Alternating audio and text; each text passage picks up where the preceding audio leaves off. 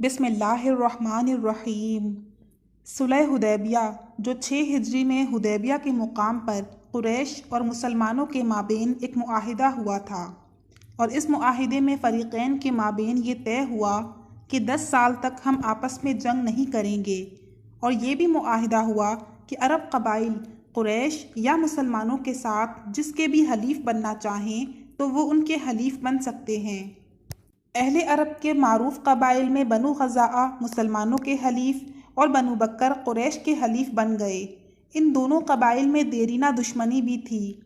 ابھی اس معاہدے کو صرف 2 سال بھی نہ گزرے تھے کہ بنو بکر نے قریش کے ساتھ مل کر بنو خزاعہ پر حملہ کر دیا تھا، تو قریش نے معاہدے کی خلاف ورزی کرتے ہوئے بنو بکر کا ساتھ دیا۔ یہ اس وقت کہ جب بنو خزاعہ حرم میں کعبۃ اللہ کا طواف کر رہے تھے کہ حرم کے تقدس کو پامال کرتے ہوئے بنو بکر اور قریش نے ان پر حملہ کیا تھا۔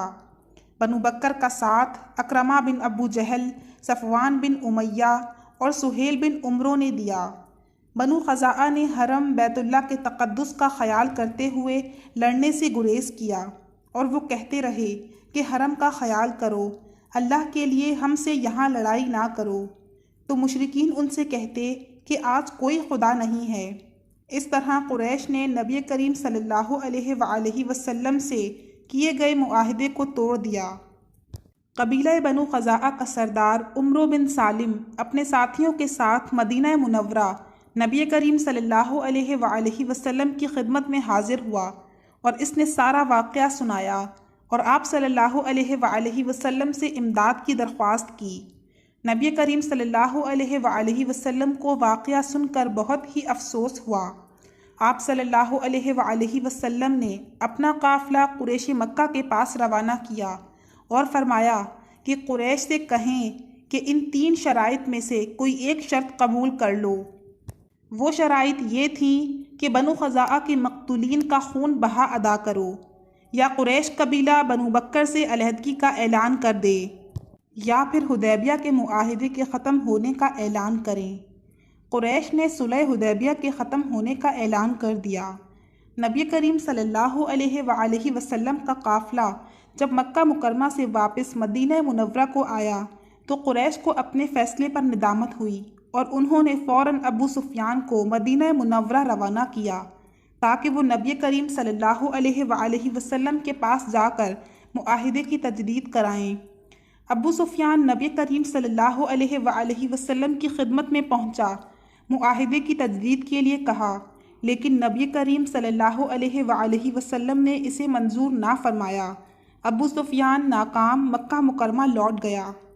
رسول کریم صلی اللہ علیہ وآلہ وسلم نے قبیلہ بنو خزاعہ سے ایفائے عہد کے پیش نظر قریش مکہ پر حملے کا ارادہ فرمایا، اور اپنے حلیف قبائل کو قریش پر حملے کی دعوت دی کہ وہ سب اس حملے میں ان کے ساتھ شریک ہوں۔ آپ صلی اللہ علیہ وآلہ وسلم نے قریش پر حملہ کرنے کو خفیہ رکھا تاکہ قریش مکہ کو اس کا علم نہ ہونے پائے اور وہ اہل ایمان کے خلاف جنگ کی تیاری نہ کر سکیں۔ چنانچہ 10 رمضان المبارک 8 ہجری کو نبی کریم صلی اللہ علیہ وآلہ وسلم 10,000 کا ایک عظیم الشان لشکر لے کر مکہ مکرمہ کو روانہ ہوئے۔ جحفہ کے مقام پر نبی کریم صلی اللہ علیہ وآلہ وسلم کے چچا حضرت عباس رضی اللہ تعالی عنہ بن عبد المطلب ملے۔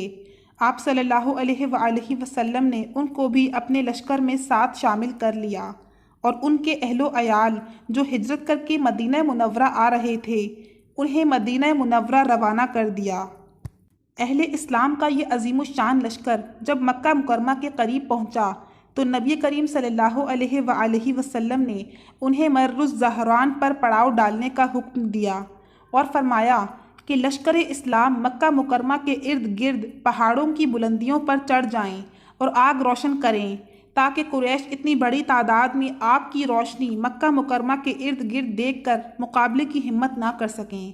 یہی ہوا کہ قریش مکہ ہر طرف پہاڑوں پر روشنی دیکھ کر گھبرا گئے اور انہیں مقابلے کی ہمت نہ ہو سکی۔ قریش مکہ نے حالات کا جائزہ لینے کے لیے رات کے اندھیرے میں ابو سفیان، بدیل بن ورقہ اور حکیم بن حزام کو بھیجا۔ چنانچہ بدیل بن ورقہ اور حکیم بن حزام نے اسلام قبول کر لیا اور ابو سفیان کو نبی کریم صلی اللہ علیہ وآلہ وسلم کے محافظوں نے پکڑ لیا اور نبی کریم صلی اللہ علیہ وآلہ وسلم کی خدمت میں پیش کیا۔ حضرت عمر فاروق رضی اللہ تعالی عنہ نے ابو سفیان پر تلوار تان لی تاکہ اس کا کام تمام کر دیں، لیکن اس کی درخواست پر اسے معاف کر دیا گیا۔ حضرت عباس رضی اللہ تعالی عنہ بن عبد المطلب کی ترغیب اسلام کی وجہ سے صبح کو انہوں نے اسلام قبول کر لیا۔ اس دن رمضان المبارک کی 20 تاریخ تھی کہ لشکر اسلام فاتحانہ انداز میں مکہ مکرمہ کی طرف روانہ ہو گیا۔ نبی کریم صلی اللہ علیہ وآلہ وسلم نے لشکر اسلام کو 4 حصوں میں تقسیم کر کے مکہ مکرمہ میں داخل ہونے کا حکم دیا۔ چنانچہ آپ صلی اللہ علیہ وآلہ وسلم نے لشکر اسلام کو ہدایات دیتے ہوئے ارشاد فرمایا کہ جو شخص ہتھیار ڈال دے اسے قتل نہ کیا جائے، جو شخص حرم کعبہ میں داخل ہو جائے اسے قتل نہ کیا جائے، جو شخص اپنے گھر کا دروازہ بند کر لے اسے امان ہے، جو شخص ابو سفیان کے گھر میں پناہ لے لے اسے قتل نہ کیا جائے، بھاگنے والے شخص کا تعقب نہ کیا جائے، جو شخص حکیم بن حزام کے احاطے میں داخل ہو جائے اسے امان ہے، قیدی کو قتل نہ کیا جائے، زخمی کو قتل نہ کیا جائے۔ لیکن مکہ مکرمہ میں داخل ہوتے وقت قریش کا ایک دستہ جس کی قیادت اکرمہ بن ابو جہل کر رہے تھے نے خالد بن ولید رضی اللہ تعالی عنہ کے دستے پر حملہ کر دیا۔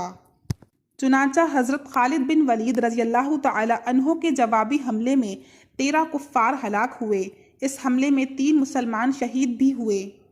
نبی کریم صلی اللہ علیہ وآلہ وسلم مکہ مکرمہ میں بڑی عاجزی و انکساری کے ساتھ داخل ہوئے۔ آپ صلی اللہ علیہ وآلہ وسلم سورۃ الفتح کی تلاوت فرما رہے تھے اور آپ صلی اللہ علیہ وآلہ وسلم کی گردن جھکی ہوئی تھی۔ جب مکہ مکرمہ فتح ہو گیا تو آپ صلی اللہ علیہ وآلہ وسلم حرم میں داخل ہوئے، خانہ کعبہ کے اندر اور باہر رکھے ہوئے بتوں کو نکلوا دیا۔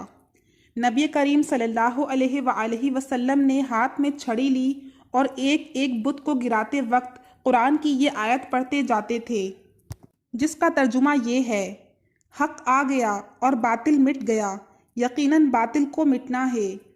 روایات میں ہے کہ کعبۃ اللہ میں کفار مکہ نے 360 بت رکھے ہوئے تھے۔ نبی کریم صلی اللہ علیہ وآلہ وسلم نے سب کو توڑ ڈالا اور خانہ خدا کو بتوں سے پاک کر دیا۔ نبی کریم صلی اللہ علیہ وآلہ وسلم نے عثمان بن طلحہ کو بلوایا اور ان سے کعبۃ اللہ کی چابی لی۔ دروازہ کھول کر حضرت طلحہ رضی اللہ تعالی عنہ اور حضرت بلال رضی اللہ تعالی عنہ کے ساتھ کعبۃ اللہ کے اندر داخل ہوئے اور اندر رکھی تصاویر اور مجسموں کو نکلوا دیا، پھر سجدہ شکر ادا کیا۔ آپ صلی اللہ علیہ وآلہ وسلم نے حضرت بلال حبشی رضی اللہ تعالی عنہ کو حکم دیا کہ کعبہ کی چھت پر چڑھ جائیں اور اذان دیں۔ چنانچہ حضرت بلال رضی اللہ تعالی عنہ نے کعبۃ اللہ کی چھت پر چڑھ کر اذان دی۔ اس وقت مکہ کے لوگ بھی موجود تھے جنہوں نے اسلام کو مٹانے اور نبی کریم صلی اللہ علیہ وآلہ وسلم کو قتل کرنے کی ہر ممکن کوششیں کی تھیں، لیکن اللہ تعالیٰ نے انہیں ناکام کیا اور نبی کریم صلی اللہ علیہ وآلہ وسلم کی مدد کی۔ فتح مکہ کے دن یہ ظالم اور جابر کفار سر جھکائے ہوئے کھڑے تھے۔ نبی کریم صلی اللہ علیہ وآلہ وسلم نے کعبۃ اللہ کی چوکھٹ پر کھڑے ہوئے خطبہ ارشاد فرمایا جو یہ ہے: اللہ ایک ہے، اس کا کوئی شریک نہیں ہے، اس نے اپنا وعدہ سچ کر دکھایا، اس نے حضرت محمد صلی اللہ علیہ وآلہ وسلم کی مدد کی اور تنہا کفار کو شکست دی، اور جان لو کہ جاہلیت کے تمام فخر و غرور، خونی انتقام اور مال کے دعوے سب میرے قدموں کے نیچے ہیں۔ پھر آپ صلی اللہ علیہ وآلہ وسلم نے فرمایا کہ اے قریش، اللہ نے جاہلیت کے غرور اور نسلی امتیاز کو ختم کر دیا ہے۔ سب انسان حضرت آدم علیہ السلام کی اولاد ہیں اور حضرت آدم علیہ السلام مٹی سے بنے ہیں۔ خطبے کے بعد آپ صلی اللہ علیہ وآلہ وسلم نے کفار مکہ کی طرف دیکھا جو شرمساری کی وجہ سے اپنے سر جھکائے کھڑے تھے۔ وہ سب لوگ موجود تھے کہ جنہوں نے آپ صلی اللہ علیہ وآلہ وسلم کے راستوں پر کانٹے بچھائے، پتھر مارے، گالیاں دیں اور آپ صلی اللہ علیہ وآلہ وسلم کے اصحاب کو تکالیف دیا کرتے تھے۔ اللہ تعالیٰ نے نبی کریم صلی اللہ علیہ وآلہ وسلم کو غالب فرمایا اور کفار کو مغلوب کر دیا تھا۔ آپ صلی اللہ علیہ وآلہ وسلم نے کفار مکہ سے پوچھا کہ تمہیں معلوم ہے کہ آج میں تمہارے ساتھ کیا معاملہ کرنے والا ہوں؟ انہوں نے کہا، آپ صلی اللہ علیہ وآلہ وسلم شریف بھائی اور شریف بھائی کے بیٹے ہیں۔ یہ سن کر نبی کریم صلی اللہ علیہ وآلہ وسلم نے فرمایا، آج تم سے کوئی مواخذہ نہیں ہے، جاؤ تم سب آزاد ہو۔ اس عام معافی کی وجہ سے کفار مکہ نے اسلام قبول کر لیا اور وہ سب کے سب دائرہ اسلام میں داخل ہو گئے۔ اب خانہ کعبہ میں توحید کے نعرے گونجنے لگے، اللہ وحدہ لا شریک کی عبادت ہونے لگی۔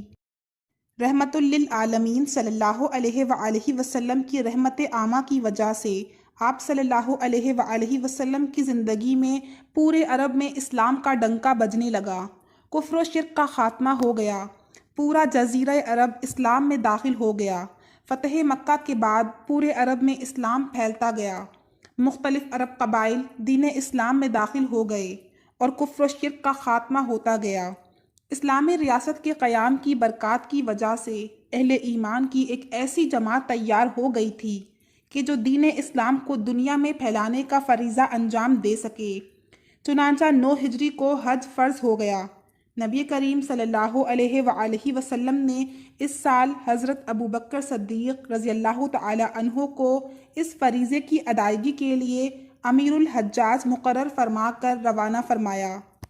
اللہ تعالیٰ نے حرم کعبہ کی حرمت کے بارے میں آیات کا نزول فرمایا، جن میں آئندہ کفار و مشرکین کو حدود حرم میں داخل ہونے سے منع کر دیا گیا، کافرانہ اور مشرکانہ رسومات سے بھی منع کر دیا گیا۔ نبی کریم صلی اللہ علیہ وآلہ وسلم نے حضرت علی رضی اللہ تعالی عنہ کو بھیجا تاکہ وہ یہ احکامات موسم حج میں لوگوں کو سنا دیں۔ حضرت علی رضی اللہ تعالی عنہ تشریف لے گئے اور انہوں نے مقام عرفات میں پہنچ کر یہ احکامات سنائے۔